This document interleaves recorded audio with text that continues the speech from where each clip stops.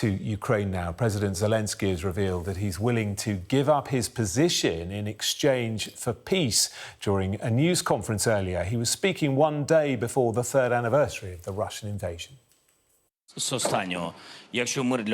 If to achieve peace you really need me to give up my post, I'm ready. I can trade it for NATO if there are such conditions, but instantly I don't want to talk about it for a long time. I am focused on Ukraine's security today, not in 20 years. I am not going to be in power for decades. Well, our Security and Defence editor, Deborah, was able to put a question to President Zelenskyy and gave us this update from Keir.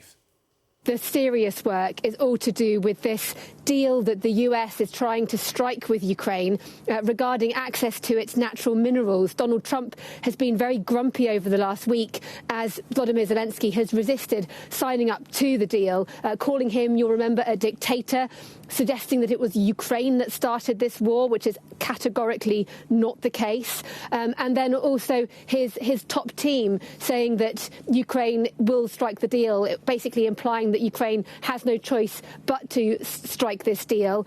The top US negotiator has also signalled that a deal is expected to be signed this week, and a lot of the focus from the president was about that deal, saying that he does not believe that Ukraine owes a debt to the United States, which is the way that Donald Trump has framed this, pointing to all of the financial and military aid that the US has given to Ukraine to fend off Russia's invasion.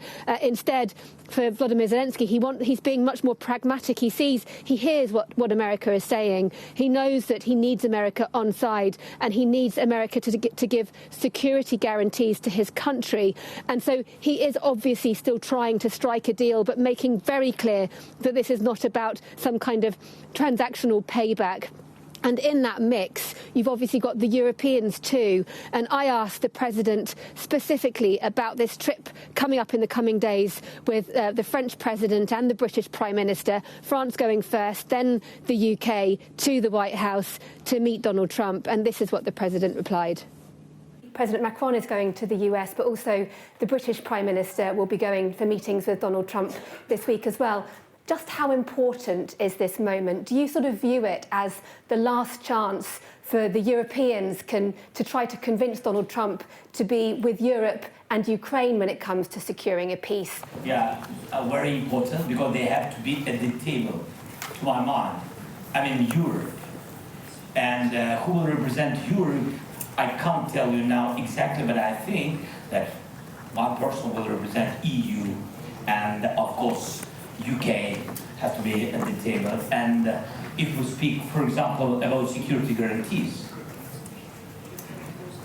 I said to my partners, to my mind, we have to count on Turkish presence. Why? Because it's very important. Who will be ready to give us real number of contingents?